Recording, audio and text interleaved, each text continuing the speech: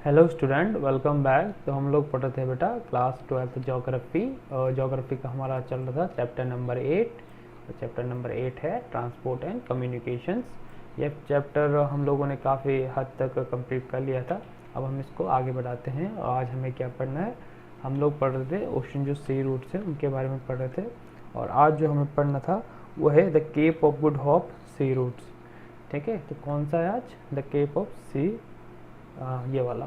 ठीक है, कल हमने पढ़ लिया था the Mediterranean Indian Ocean route के बारे में, और आज हम लोग पढ़ेंगे the Cape of Good Hope sea route. ठीक है, इसको देखते हैं ये मैप में कहाँ है, और मैंने आपको बता रखा है रेफरेंस के लिए आप हमेशा क्या है इस मैप को अपने साथ रखेंगे। ठीक है, इसी मैप में आपको सारी जो भी इंफॉर्मेशन है वो इसमें मिल जाएगी। ठीक है ना, बहुत बारीकी से इसको समझने की कोशिश करते हैं क्योंकि काफ़ी चीज़ है जो इसमें इम्पॉर्टेंट है, जो हमें एग्ज़ाम में काम आएगी। तो शुरू करते हैं हमारा टॉपिक जो है the Cape of Good Hope sea routes. ठीक है, देखो इसमें क्या लिखा है इन्होंने। This sea routes is another important one across the Atlantic oceans which connect West European and West African country with the Brazil, Argentina, Uruguay in the South America. अब इन्होंने बात कर रखी बेटा, अब हम ऊपर देखेंगे।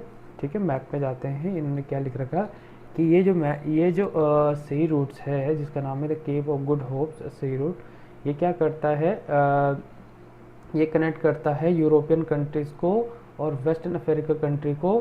देखो ये बात कर रहे हैं यहाँ पे, ये इस रूट्स की बात कर रहे हैं। ये वाला जो रूट्स है, ये जो इधर जा रहा है, ये जो इधर जा रहा है, ये जो इधर आ रहा है, इस रूट्स की बात की जा रही है जो मैं यहाँ पे आपको सर्कल करके दिखा रहा हूँ। ठीक है ना, इसमें इन्होंने बोला कि ये जो the Cape of Good Hope sea route है, ये क्या करता है यूरोपियन के वेस्टर्न यूरोपियन कंट्री के साथ में जो वेस्टर्न क्या है जो अफ्रीकन कंट्रीज है उनको कनेक्ट करता है। किसके साथ? ईस्टर्न साउथ अमेरिकन कंट्री के साथ। इन कंट्रीज का जो ये दिख रहा है ना आपको, ये जो सी रूट्स है, ये वाला इस सी रूट से, ठीक है ना, ये वाला इस सी रूट से इसको ये कनेक्ट करता है। आगे देखो, आगे क्या क्या चीज़ें लिखी हैं इसके बारे में। आगे लिखिए बेटा, इसको क्लियर कर देते हैं। इसमें लिखा है the traffic is far less on the routes compare to that of the North Atlantic Ocean. ठीक है, आगे देखो और क्या लिखा है, मैं बता रहा हूँ आपको। Because of the limited development and population in the South America and Africa. अब इन्होंने बोला बेटा, इस रूट्स की बात की इन्होंने कि ये जो रूट्स है, ये जो अफ्रीका को साउथ अमेरिका के साथ ये जोड़ रहा है, जिस रूट को the Cape of Good Hope sea route कहा गया है, इसमें ज़्यादा ट्रैफिक नहीं होता। मतलब है कि यहाँ पे बहुत ज़्यादा ये जो सी क्या बोलते हैं इनको, शिप हो गया चाहे कार्गो शिप्स हो गया, ये यहाँ पे आपको उतने ज़्यादा बड़े पैमाने पे देखने को नहीं मिलेंगे। तो उसके पीछे का रीज़न भी इन्होंने साफ बता रखा है। ऐसा रीज़न क्यों है? क्योंकि इन दोनों ही रीजन में जो पॉपुलेशन है उतनी ज़्यादा नहीं है, मतलब उतनी ज़्यादा पॉपुलस रीजन नहीं है। ये पॉपुलस रीजन कम होने के कारण क्या है, यहाँ पे उतनी ज़्यादा इतना ज़्यादा ट्रैफिक देखने को नहीं मिलेगा आपको इस वाले सी रूट्स में। ठीक है, इसी को हम लोग क्या कहते हैं, इसी को नाम दिया गया है बेटा the Cape of Good Hope sea routes. ठीक है, आई होप आपको ये समझ में आ गया होगा कि ये सी रूट्स एक्चुअली में है कहाँ पे। ठीक है, उसके बाद इन्होंने कुछ और भी इसके बारे में लिख रखा है, देख लेते हैं इसको। Only southern eastern Brazil and प्लाटा estuaries and the part of south African have large scale industries. ठीक है, अब इन्होंने बोल रखा है कि अफ्रीका में, यानी कि अफ्रीका के कुछ रीजन्स यहाँ पे और कुछ रीजन्स यहाँ पे, इन जगह पे क्या है, ये इंडस्ट्रियल रीजन्स हैं। तो इंडस्ट्रियल रीजन होने के कारण क्या है, इस जगह पे जो व्यापार है या फिर जो ट्रेड है थोड़ा सा ज़्यादा है अदर रीजन के मुकाबले। इन रीजन के मुकाबले इस रीजन में क्या है, जो ट्रेड है, जो व्यापार है, वो क्या है, थोड़ा सा ज़्यादा है, क्योंकि ये इंडस्ट्रियल रीजन से, ये रीज़न बताया उन्होंने, ये क्योंकि ये क्या है, ये इंडस्ट्रियल रीजन है। स्वाभाविक इंडस्ट्रियल रीजन होगा तो यहाँ पे इंडस्ट्रीज होंगी, लार्ज इंडस्ट्रीज होंगी, तो सीधी बात है व्यापार बढ़ेगा वहाँ पे।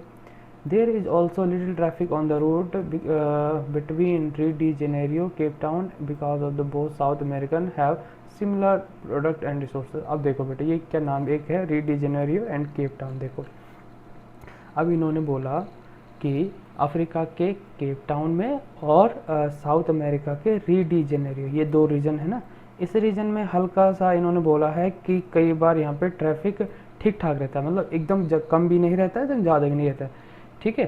क्योंकि यहाँ पे इन दोनों ही जगहों पे क्या है, एक चीज़ जो कॉमन है जो यहाँ पे बता रखी है वो ये है बेटा, सिमिलर प्रोडक्ट एंड रिसोर्स। क्योंकि इन दोनों ही जगहों पे क्या है, जो रिसोर्सेज हैं और जो वहाँ पे प्रोडक्ट्स हैं वो दोनों ही के सेम टाइप के हैं।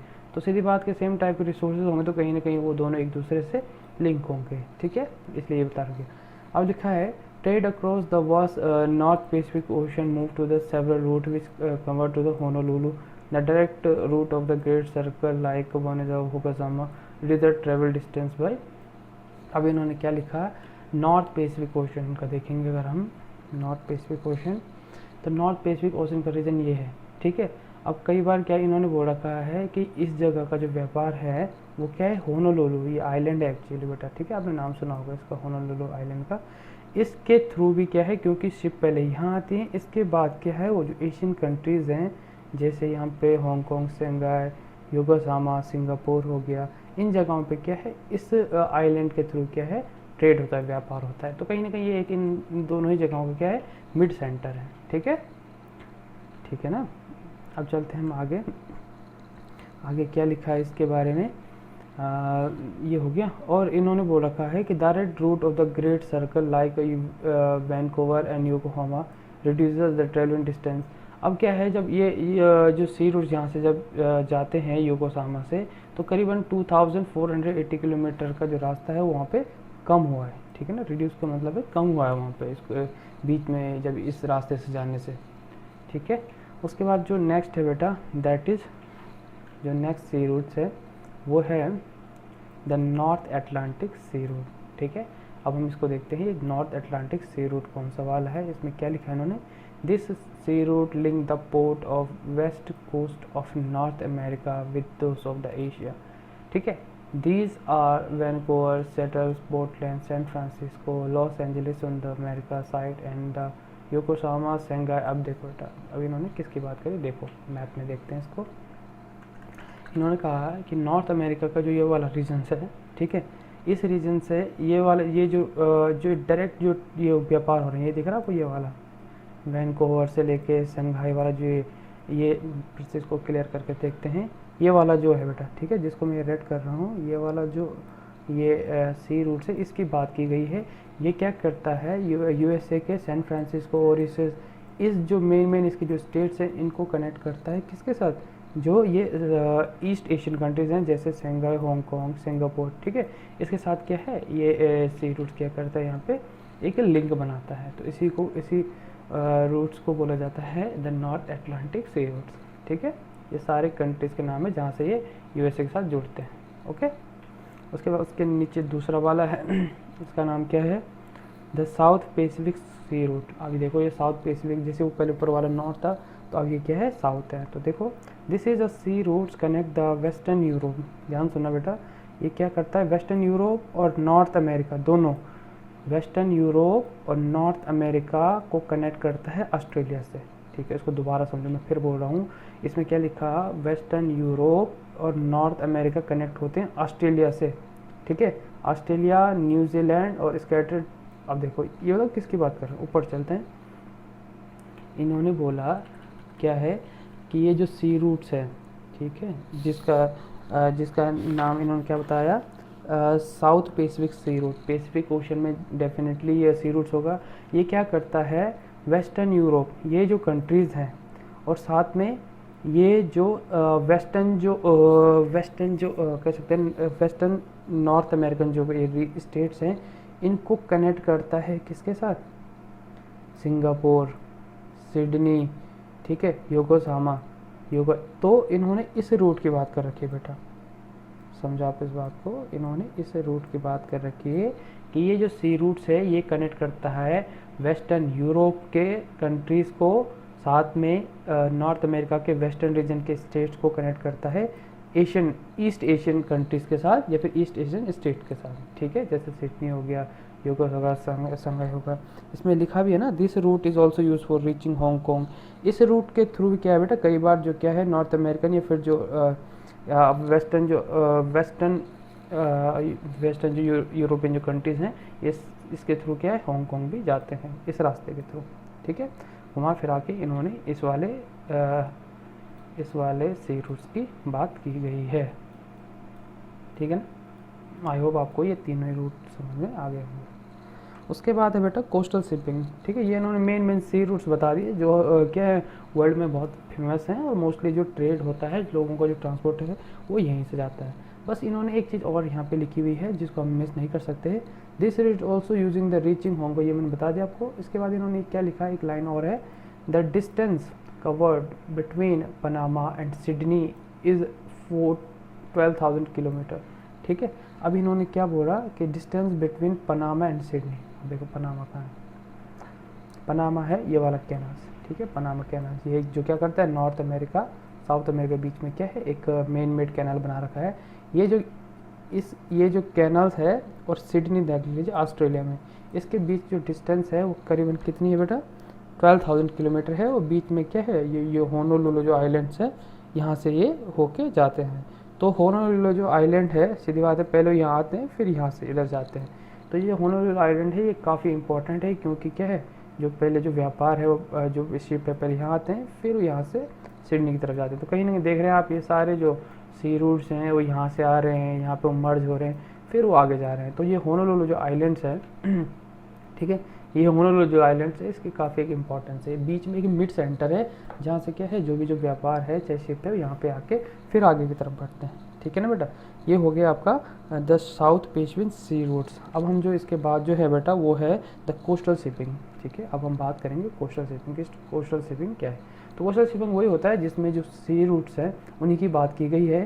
तो इन्होंने वही लिखा है, it is obvious that the water transport is the cheapest mode. ये हमने पहले भी देख लिया कि वाटर ट्रांसपोर्ट क्या सबसे चीपेस्ट मीन्स ऑफ ट्रांसपोर्टेशन है। ठीक है, while oceanic routes connect different countries coastal shipping in the convenient mode. ठीक है, तो इस ओशनी रूट से क्या होता है डिफरेंट जो कंट्रीज़ हैं ठीक है उनके जो एरियाज़ हैं जो उनके पोर्ट्स हैं उनके थ्रू क्या है एक दूसरे के साथ वो जुड़ते हैं। ठीक है, through long coast line. Coast line क्या होती है, जैसे सी है ठीक है, तो अगर इधर ज़मीन है तो इस ज़मीन का जो ये वाला पार्ट है कोस्टल एरिया समुद्र तट वाला जो एरिया है इसको बोलेंगे कोस्टल। तो कोस्टल जो शिप्स आती हैं पहले वो क्या है कोस्टल रीजन्स में आती हैं। ठीक है, कोस्टल रीजन में वो अपना सामान भरती हैं उतारती हैं फिर दूसरे रीजन की तरफ जाती हैं। तो ये कोस्टल शिपिंग के थ्रू ही क्या है ये शिप जो ये वाटर ट्रांसपोर्ट है ये पॉसिबल हो पाता है। ठीक है ना। अब इन्होंने एक चीज़ और लिख रखी है यहाँ पे वो ये है जैसे यूएसए हो गया, देखो कहाँ यूएसए है कहाँ चाइना है। ठीक है, ये एशिया में हो गया, ये क्या है नॉर्थ अमेरिका में हो गया। ठीक है, और इंडिया हो गया। ये इतने जो काफ़ी लॉन्ग डिस्टेंस पे जो ये कंट्रीज़ हैं अगर हम इसको मैप पे देखें हैं तो देखो कहाँ आप देख सकते हैं यहाँ इंडिया है। ठीक है, इंडिया के बाद अगर हम देखें तो इधर से देखो ये मैप जो है ना ये इधर वाला पार्ट है इसका है, ये वाला जो पार्ट है ना एक्चुअली इधर का है। ठीक है, यहाँ से ये ट्रैवल होकर अब ऐसे नहीं बोलेंगे आप कि सर यहाँ से जाते नहीं बेटा, वो यहीं से इसी का पार्ट है। तो कैसे किस तरीके से आप देख सकते हैं कि जो नॉर्थ अमेरिका ये जो नॉर्थ अमेरिका है देख सकते हैं ये नॉर्थ अमेरिका है। नॉर्थ अमेरिका के लिए भी क्या है इस सी रूट्स के थ्रू क्या है ट्रैवल पॉसिबल हो जाता है। या तो ये इंडिया से डायरेक्ट इस तरीके से जाते हैं, कई बार क्या है स्विच कैनाल के थ्रू भी यहाँ पे ट्रेड होता है। ठीक है ना, तो ये कोस्टल शिपिंग ही है जिसके थ्रू ये सब चीज़ें पॉसिबल हो पाई है। ठीक है, दूर दूर जो इतने दूर दूर जो कंट्रीज कॉन्टिनेंट्स थे वो क्या है इस सी रूट्स के थ्रू एक दूसरे से मिल पाए हैं या उनके बीच में व्यापार हो पाया है। ठीक है, अब इन्होंने एक लास्ट लाइन लिख रखी है बेटा, if properly developed coastal shipping can reduce the congestion of the land transport. इन्होंने कहा है अगर क्या है ह्यूमन बीइंग या फिर सारी कंट्री मिल के सभी लोग क्या करें इस कोस्टल शिपिंग के ऊपर अगर ध्यान दें या ट्रांसपोर्ट जो होता है वाटर, तो हम लोग क्या कर सकते हैं जो हमारे जो लैंड के ऊपर जो इतना ज़्यादा जो ट्रांसपोर्टेशन होता है उसको हम रिड्यूस कर सकते हैं। क्योंकि लैंड ट्रांसपोर्टेशन काफ़ी महंगा होता है वाटर ट्रांसपोर्टेशन के मुकाबले, तो हम उसको कहीं ना कहीं वाटर ट्रांसपोर्टेशन से उसको रिप्लेस कर सकते हैं किसको लैंड ट्रांसपोर्टेशन को। ठीक है, अब है बेटा शिपिंग कैनल्स। ठीक है, कैनल्स आप समझते हैं नहर गदेरा टाइप के होते हैं उनको हम कैनल्स कहते हैं। अब यहाँ पे दो कैनल्स की बात की गई है, पहला है द स्विच कैनल्स। ठीक है, दूसरा है द पैनामा कैनल्स। ये मैं आपको मैप में भी बताता हूँ, इसको समझते हैं ये क्या चीज़ होती है। तो पहला क्या है बेटा उसमें स्विच कैनल्स। ठीक है, स्विच कैनाल पहले हम इसको मैप में देख लेते हैं। मैप में अगर हम देखेंगे तो ये वाला जो रीजन है बेटा ये दिख रहा है आपको, इधर मेडिटेरियन ओशन है, इधर क्या है इधर अरेबियन ओशन है। यहाँ पे ये वाला जो रीजन्स है यहाँ पे क्या है स्विच कैनाल बना हुआ है। ये जो रीजन है, जो मैंने आपको मैं फिर से रेड करके दिखा रहा हूँ, आप देखना है ये जो रीजन्स है यहाँ पे एक्चुअली ये यहाँ पे वाटर नहीं था, ठीक है, इस रीजन में वाटर था, इधर मेडिटेरियन ओशन है, ठीक है, इधर गल्फ है, ठीक है, तो इसको गल्फ ऑफ स्विच बोलते हैं। ये जो रीजन है ना, बस गल्फ ऑफ स्विच है यहाँ पे, इधर मेडिटेरियन ओशन है, तो बीच में क्या था, लैंड था। अब कोई भी जो ये यूरोपियन जो कंट्रीज़ थे और ये जो इंडिया जो ये साउथ एशियन जो कंट्रीज़ है, इनको अगर इन कंट्री का व्यापार करना तो उनको इतना घूम के जाना पड़ता, पूरा अफ्रीका घूम के जाना पड़ता था, ठीक है, चाहे इनको भी पूरा अफ्रीका घूम के जाना पड़ता था। पर इन्होंने डिसाइड करा बेटा, करीबन ये बात हो कि 1869 की बात है, कि क्या है उस दौरान पे यहाँ पे एक, मैं फिर से इसको इरेज करके दिखाता हूँ आपको, इस रीजन्स में उन्होंने क्या है एक कैनाल बनाया, मेन मेड कैनाल बनाया, मेन मतलब खुद इंसानों ने यहाँ पे कैनाल बनाए, जिससे क्या है ये जो मेडिटेरियन ओशन है और जो ये गल्फ ऑफ स्विच है, ये दोनों एक दूसरे से जुड़ सके, ठीक है। अब ये यहाँ पे ओशन वाटर जब यहाँ पे आ गया, ठीक है, तो उससे क्या है जो शिप है उनको इतना ज़्यादा घूम के यहाँ नहीं जाना पड़ता, अब वो डायरेक्टली क्या कर सकते हैं, सीधे इस स्विच कैनाल के थ्रू क्या है इन यूरोपियन या फिर ये जो यूरोपियन कंट्रीज है इनके साथ व्यापार कर सकते हैं, ठीक है ना। तो यही है स्विच कैनाल्स। थोड़ा स्विच कैनाल के बारे में इन्होंने सेपरेट भी लिखा है, उसको पहले अब ये तो मैं अपने समझ गया स्विच कैनाल कहाँ पे, और थोड़ा सा जो बुक में लिखा है स्विच कैनाल्स के बारे में, इसको भी समझने की कोशिश करते हैं। तो ये कुछ जब पहले आपने ये समझ लिया ना बेटा जो मैंने आपको बताया था शिपिंग कैनाल, शिपिंग कैनाल्स क्या है जिसके थ्रू हम शिपिंग करते हैं, शिप करते हैं सामान को, चाहे ट्रेड हो। तो ये दो हैं जो मेन मेड है, जो काफ़ी पॉपुलर है, काफ़ी बहुत बड़ी भी है, स्विच है, पैनामा है, ये दो ऐसे वाइटल मेन मेड है, इसको याद रखना, मेन मेड नेविगेशन कैनाल बेटा, जिनको वाटर वे के लिए बनाया गया है, ताकि क्या है देश भर में जो व्यापार है, जो कॉमर्स के लिए है, वो क्या है ईस्टर्न साइड, यानी कि ईस्ट वाली, मान लो बीच में अगर लैंड है, इधर ओशन वाटर है, इधर भी ओशन वाटर है, तो क्या करेगा ये ईस्ट को वेस्ट से जोड़ेगा। जब क्या करेंगे हम यहाँ पे एक कैनाल बनाएंगे, तो सीधी बात है क्या है कि जो वाटर है वो एक दूसरे से जुड़ जाएगा, तो इजीली जो शिप है इस ईस्ट से वेस्ट की तरफ जा सकते हैं या फिर वेस्ट से ईस्ट की तरफ आ सकते हैं, ठीक है ना। ये मेन मेड कैनाल्स बनाई जाती हैं। अब यहाँ पे स्विच कैनाल के बारे में थोड़ा बता रखा है, इसको भी समझने की कोशिश करते हैं। देखो क्या क्या चीज़ लिखी है कि this canal had been constructed, ये जो कैनाल है बेटा स्विच कैनाल, ये 1869 में बनाया गया था, ठीक है। और इसने किस दो रीजन को इसने ज्वाइन करा था, एक था जो इजिप्ट में है जिसको हम फोर्ट सेट बोलते हैं, ठीक है, और दूसरा है फोर्ट स्वेज, फोर्ट स्वेज है और फोर्ट सेट, दो हैं ये। तो इसको आपको देखना पड़ेगा नीचे यहाँ पे मैप में, यहाँ पे इन्होंने कहा कि स्विच कैनाल खुलने से क्या हुआ कि ये जो फोर्ट स्विच था ये कनेक्ट हो पाया फोर्ट सेट से, ठीक है, इस बीच में ये कैनाल बना, यहाँ पे इसको जूम करके बताया गया है। तो ये वही है, इधर मेडिटेरियन ओशन है और इधर आप कह सकते हैं गल्फ ऑफ स्विच है, ये दिख रहा है ना आपको, ये दो रीजन, ठीक है। तो इन दोनों के बीच में पहले लैंड हुआ करता, ये ज़मीन थी टोटल।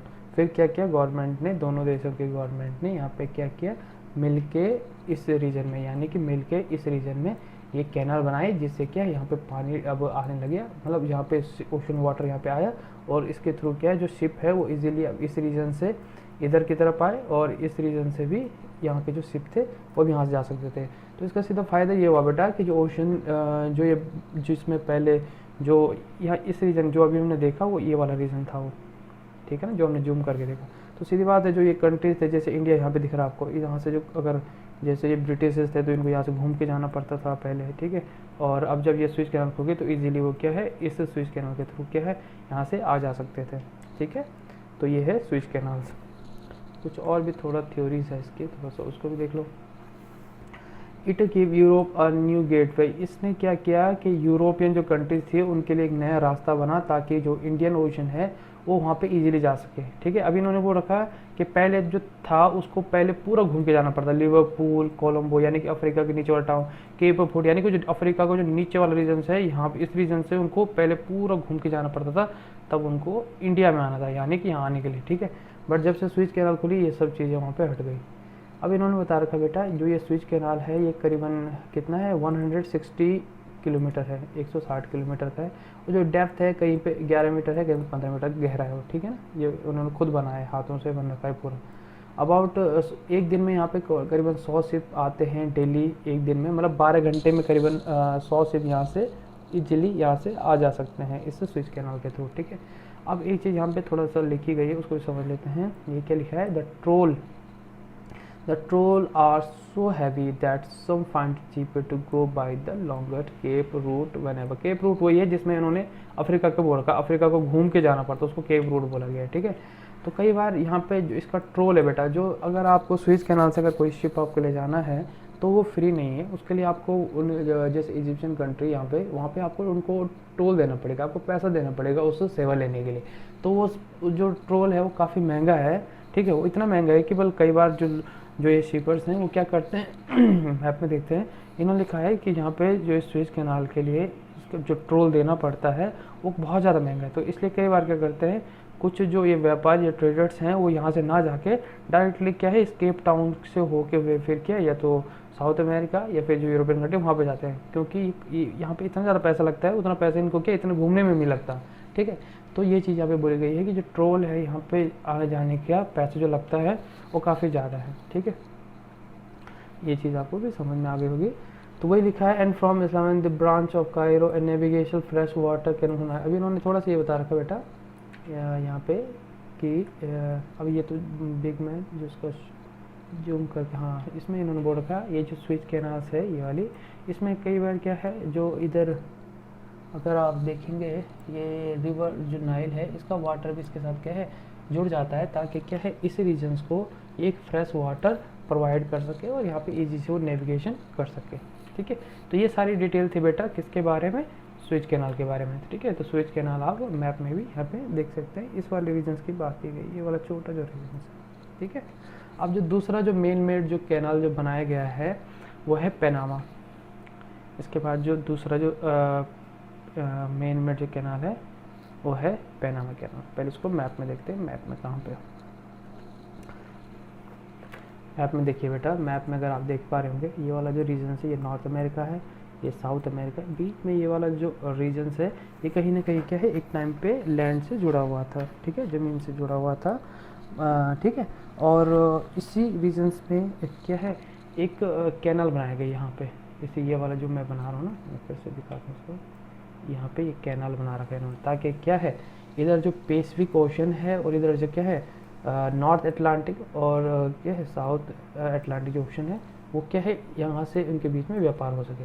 मतलब ये क्या है एक बीच में एक बाउंड्री थी, अब क्या है इन्होंने क्या कर दिया, इस पनामा कैनाल के होने से क्या हुआ, इधर पैसिफिक ओशन है इधर नॉर्थ अटलांटिक, इनके बीच में इजीली सब क्या है एक वे बन गया, एक रास्ता बन गया, ताकि क्या है ये यहाँ से इजीली यहाँ से मतलब व्यापार कर सकते हैं, शिपिंग कर सकते हैं। पहले अगर बात करें बेटा जैसे यहाँ इधर न्यूयॉर्क दिख रहा है आपको, न्यूयॉर्क से सैन फ्रांसिस्को जाने के लिए उनको घूम के जाना पड़ता था, इधर सैन फ्रांसिस्को घूम के जाना पड़ता था, ठीक है। बट जब से क्या है पनामा कैनाल खुली है तो उससे क्या है न्यूयॉर्क से सैन फ्रांसिस्को इधर से वो जा सकते हैं। अब आप बोल रहे हैं इधर से जा सकते हैं, सीधी बात है, इधर से अगर जाना है तो उसके लिए उनको लैंड ट्रांसपोर्ट लेना पड़ेगा, वो काफ़ी महंगा होगा तो भारी सामान ले जाने के लिए। बट अगर उनको वाटर ट्रांसपोर्ट ले जाना है तो वो यहाँ से इजीली भारी से भारी सामान को यहाँ तक ले जा सकते हैं, ठीक है। ये है पनामा कैनाल। अब थोड़ा थ्योरी देख लेते हैं, थ्योरी में क्या क्या चीज़ इसके बारे में लिखी गई है। स्विच कैनाल हमारा हो गया अब पनामा। तो यहाँ पे लिखा है द कैनाल, ये देखेंगे अगर हम, this canal connect the Atlantic ocean in the north east of the Pacific ocean. ये मैंने आपको बता दिया कि ये कैनाल क्या है इधर से अटलांटिक दिखाया मैंने आपको मैप में, फिर से देख लेते हैं। इधर से क्या है नॉर्थ अटलांटिक जो ओशन है इसको कनेक्ट करता है पैसिफिक ओशन के साथ, ठीक है। तो ये बीच में ये क्या है कैनाल बना हुआ है इस तरीके से, जो क्या करता है नॉर्थ अटलांटिक ओशन को पैसिफिक ओशन के साथ क्या करता है कनेक्ट करता है, ओके। उसके बाद क्या लिखा है, इट हैज़ बीन, क्या लिखा है, it has been constructed across the Panama between the, अब इन्होंने बोल रखा है कि ये जो कैनाल है ये कहाँ पे बना है। अब इन्होंने क्या कर रखा है, इधर जो अटलांटिक ओशन इन्होंने दिखा रखा है, यानी कि इस इधर उन्होंने क्या दिखा रखा होगा, सीधी बात पैसिफिक ओशन है तो इन्होंने यहाँ पे जूम करके दिखा रखा है इस वाली इमेज को। तो ये क्या कनेक्ट करता है बेटा दो रीजन्स को। अब आप मैप में देखिए पोर्ट सेट ये दिख रहा होगा आपको, कॉलन दिख रहा है आपको, कॉलन, ये जो रीजन्स है और यहाँ पे जो पनामा देखो एक ये बोल रहा है कॉलन जो यहाँ पे है और दूसरा है पनामा सिटी। पनामा सिटी यानी कि ये वाला जो रीजन, इसके थ्रू, इस रीजन से थ्रू ये कैनाल बनाया गया है। ठीक है, इस पूरे रीजन के यहाँ पे एक सिटी है, इस रीजन के थ्रू ये बनाया गया है और इसी के थ्रू क्या है जो शिप्स है वो यहाँ से अटलांटिक ओशन में और इधर से पैसिफिक ओशन में वो लोग इनको ले जाते हैं। ठीक है, अब इन्होंने एक और डिटेल यहाँ पे बता रखी इसके बारे में कि इस पनामा को बनाने के लिए क्या है, यूएस गवर्नमेंट ने करीबन वहाँ पे 8 किलोमीटर एरिया का जगह वहाँ पे खरीदा था और उसी को, उस एरिया को उन्होंने आज के नाम दे रखा है कैनाल जोन। जो 8 किलोमीटर का जगह उन्होंने खरीदा होगा ना इस जगह पे, वहाँ पे उसको नाम दे रखा है कैनाल जोन का। ठीक है, गवर्नमेंट ने खरीदा होगा वो।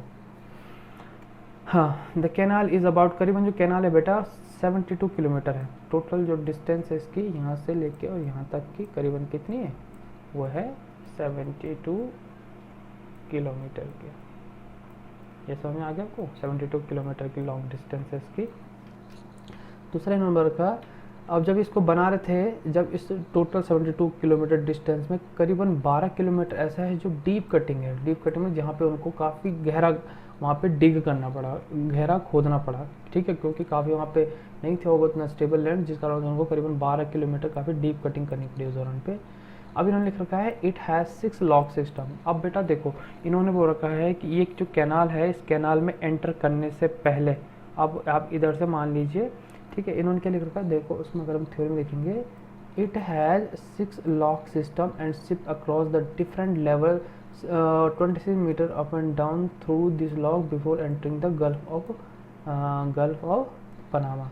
अब यहाँ पे बात करके उन्होंने ये वाले रीजन से, अब यहाँ पे देखो, इन्होंने कहा कि जब कोई भी शिप जो है, जब शिप यहाँ पे एंटर करता है तो करीबन उसको 12 लॉक सिस्टम मतलब है कि वो ऐसा नहीं है कि, अब आप ऐसा मत सोचना बेटा कि जो शिप है यहाँ से जो आएगा डायरेक्ट तो सीधे होके यहाँ पे कॉलम निकल जाए, नहीं, उसको क्या करना पड़ेगा, जैसे यहाँ पे आता है तो जो वाटर का जो लेवल है उतना ज़्यादा नहीं रहता है, तो वो बीच में क्या है मैकेनिकली क्या है, इस रीजन के वाटर को उठाते हैं, फिर इस रीजन के वाटर को डाउन करते हैं। इस तरीके से वो क्या है जो शिप है उसको वो पूरे इधर कॉलम तक पहुँचाते हैं। ठीक है, मतलब ऐसा नहीं है कि जैसे आप लोग सोच रहे होंगे शिप आया यहाँ से चले गया और फिर यहाँ से भाग, नहीं, यहाँ पे क्या है चैनल सिस्टम है। जैसे यहाँ पे आ गए तो यहाँ से पानी उठा दिया, ठीक है, यहाँ पे लॉक लगा दिया, फिर क्या है इधर का पानी उठा दिया, इधर का पानी कम कर दिया तो पानी फिर शिप इधर जाएगा। तो इस तरीके से जो शिप है वो क्या है इधर पनामा सिटी से होके वो कॉलोनी तक जाते हैं, इस पूरे डिस्टेंस तक हो जाते हैं। उसके बाद लिख रखा है it shorten the distance between the New York and San Francisco by 13,000 kilometre. ठीक है, अब हम फिर मैप पे जाते हैं। इस क्या है बेटा, इस पनामा कैनाल खुलने से ये हुआ कि न्यूयॉर्क से उस सैन फ्रांसिस्को के बीच का जो 13,000 किलोमीटर का जो डिस्टेंस है, 13,000 किलोमीटर का जो डिस्टेंस है, 13,000 किलोमीटर है नहीं लिखा हुआ, तो 13,000 किलोमीटर का जो डिस्टेंस है वो क्या है कम हो पाया है। नहीं तो पहले सिर्फ को पहले यहाँ से घूम के यहाँ जाना पड़ता था, पर जब ये बन गया तो उसके फ़ायदा ये हुआ कि अब उनको सीधे डायरेक्ट क्या है इस पनामा कैनाल से होकर वो सीधे यहाँ पे आ सकता था। ठीक है, आई होप आपको ये वाली बात भी इसमें पनामा कैनाल के बारे में समझ में आ गई होगी। और यही लिखा है उसके बाद लास्ट की कुछ लाइन ये लिखी है, likewise the distance between the western Europe and the western coast of Africa and the north eastern and central USA east and the south Asia is shortened। इस पनामा खुलने से काफ़ी फ़ायदे हुए बेटा। अब इन्होंने सबके बारे में बता रखा है कि इस पनामा खुलने से ये हुआ कि अगर मान लीजिए क्या है जैसे न्यूयॉर्क से कोई सामान अगर क्या है सिडनी के लिए जाना है या फिर ईस्ट एशियन कंट्री के जाना है तो पहले उनको घूम के यहाँ जाना पड़ता था, बट अब क्या है उनको इतना लंबा ट्रैवल नहीं करना पड़ता, सीधे पनामा कैनाल है और यहाँ से सीधे यहाँ जा सकते हैं। ठीक है ना, ये दिख भी रहा होगा आपको, जैसे अगर कोई यूरोपियन कंट्रीज़ है तो पहले उसको इतना लंबा डिस्टेंस कवर करना पड़ता था या ऑस्ट्रेलिया के लिए या फिर एशियन कंट्री के लिए, अब नहीं, अब उनको क्या डायरेक्टली वो सीधे यहाँ पे पनामा कैनाल पे आ सकते हैं। यहाँ पे होनोलुलु आइलैंड से सिडनी चले गए या फिर क्या है जो ईस्ट एशियन कंट्रीज़ हैं वो यहाँ पे अब इजीली जा सकते हैं इस पनामा कैनाल के खुलने से, ये फ़ायदे में हैं। अब लास्ट की लाइन है बेटा वो बोलती है इट इज़ लास्ट की लाइन बोलती है एशिया इज शॉर्टन। देखो इसमें क्या है एशिया का जो डिस्टेंस था वो भी कम हुआ इस पनामा कैनाल खुलने से। दूसरे इन्होंने लिख रखा है it is relatively less than that of the Suez. अभी इन्होंने एक चीज़ यहाँ पे लिख रखा है बेटा, अगर हम इकोनॉमिक सिग्निफिकेंस की बात करें मतलब आर्थिक इंपॉर्टेंट की बात करें अगर इस कैनाल की, तो ये स्विच कैनाल के मुकाबले थोड़ा सा कम है। स्विच कैनाल खुलने से बहुत ज़्यादा फ़ायदा हुआ था बेटा। अगर देखो थोड़ा मैप में अगर इस चीज़ को देखें हम, तो ये स्विच कैनाल खुलने से बहुत ज़्यादा फ़ायदा हुआ था, क्योंकि इससे क्या है, चाहे वो ये आप कह सकते हैं ये यूरोपियन कंट्रीज़ हों चाहे नॉर्थ अमेरिका, ये क्या इजीली यहाँ से आ सकते थे। पहले इनको घूम के इधर जाना पड़ता था, ठीक है, एशियन कंट्री के साथ व्यापार करने के लिए, ठीक है। तो इन्होंने यही लिखा है कि स्विच कैनाल की इम्पोर्टेंस थोड़ा सा ज़्यादा है इस पनामा कैनाल के मुकाबले, ठीक है। ये चीज़ें हैं जो यहाँ पे मेंशन की गई हैं। और ये हो गया बेटा हमारा। अब जो क्या है था, अब हमारा जो है जो सी रूट्स है ये हमारा कंप्लीट हो गया। सी रूट्स के बाद अब हमारा इनलैंड वाटर्स है, ठीक है। ये इससे पहले हमने सी रूट्स पढ़ा, इसके बाद जो हमें पढ़ना है दैट इज़ इनलैंड वाटरवेज। इसको हम लोग जो हमारे नेक्स्ट वीडियो होगा, नेक्स्ट लेक्चर आएगा, उसमें हम पढ़ेंगे इनलैंड वाटरवेज के बारे में। तो इससे पहले हमने अभी तक स्विच कैनाल हो गया, ठीक है, पनामा कैनाल के बारे में पढ़ लिया। अब हम क्या पढ़ेंगे, इनलैंड वाटरवे वो होते हैं जो क्या है, जो ज़मीन के ऊपर जो हम लोग क्या करते हैं, जो शिप चलते हैं, जो ट्रेड होता है, जो व्यापार होता है ना, उसको कहते हैं इनलैंड वाटर। इसको हम हमारी जो नेक्स्ट अपकमिंग वीडियोज़ होगी उसमें कंप्लीट करेंगे। तो अभी तक हमने जो ये कैनल्स के बारे में पढ़ा है, जो कोस्टल शिपिंग्स पढ़ा है, नॉर्थ अटलांटिक सी रूट्स, जो हमने डिफरेंट सी रूट्स पढ़े हैं, इनको आप घर में एक बार देख लेना बेटा। मैप के साथ मैंने यहाँ पे वीडियो में समझा रखे हैं, तो आप इन मैप को भी इसके साथ जरूर देख लें। तो ये मैप काफ़ी इंपॉर्टेंट है आपके लिए, इसको अच्छे से ऑब्जर्व कर लीजिए। इसमें सारे जो ओशन रूट्स हैं वो सारे ही इसमें मेंशन किए गए हैं, ठीक है ना। सारे पोर्ट्स भी बता रखे हैं और रूट्स भी बता रखे हैं, ठीक है। तो हमारे जो नेक्स्ट वीडियो होगा उसमें हम लोग पढ़ेंगे इनलैंड वाटर विकमान। टिल देन आप लोग क्या करिए, जो भी आपने चैप्टर इससे पहले जो हमारे चैप्टर्स है बेटा उनको आप कंप्लीट कर लीजिए, ठीक है। और उनके जितने भी एनसीईआरटी क्वेश्चन जो भी आप कर रहे हैं उनको आप मेरे को ज़रूर भेज दीजिए, ताकि क्या है मैं उनको देख पाऊँ कि आप लोगों का जो काम है वो कैसा चल रहा है, ठीक है। तो हमारा जो ये वाला चैप्टर है ट्रांसपोर्ट एंड कम्युनिकेशन, इसका हमने जो सी रूट्स है वो हमने कंप्लीट कर लिया है। नेक्स्ट वीक में हम पढ़ेंगे इनलैंड वाटर के बारे में, ठीक है। तो आप लोग क्या करिए, जितना भी मैंने काम दिया है उसको आप धीरे धीरे थोड़ा सा रिवाइज भी करते रहिए। कोई क्वेश्चंस क्वायरीज अगर आप लोगों की होती है तो डेफिनेटली आप मेरे को किसी भी टाइम पूछ सकते हैं। और बाकी अगर कोई भी दिक्कत है तो व्हाट्सएप नंबर मेरा अवेलेबल है, आप वहाँ से वो व्हाट्सएप नंबर लेके मेरे से कांटेक्ट करके सारी जो डिटेल है वो पूछ सकते हैं, ठीक है बेटा। टिल देन आप लोग जितने पढ़ा है उसको एक बार ज़रूर घर में जाके रिवाइज कर लीजिए, ओके। सो फिर मिलते हैं नेक्स्ट वीडियो में। Till then goodbye and be safe.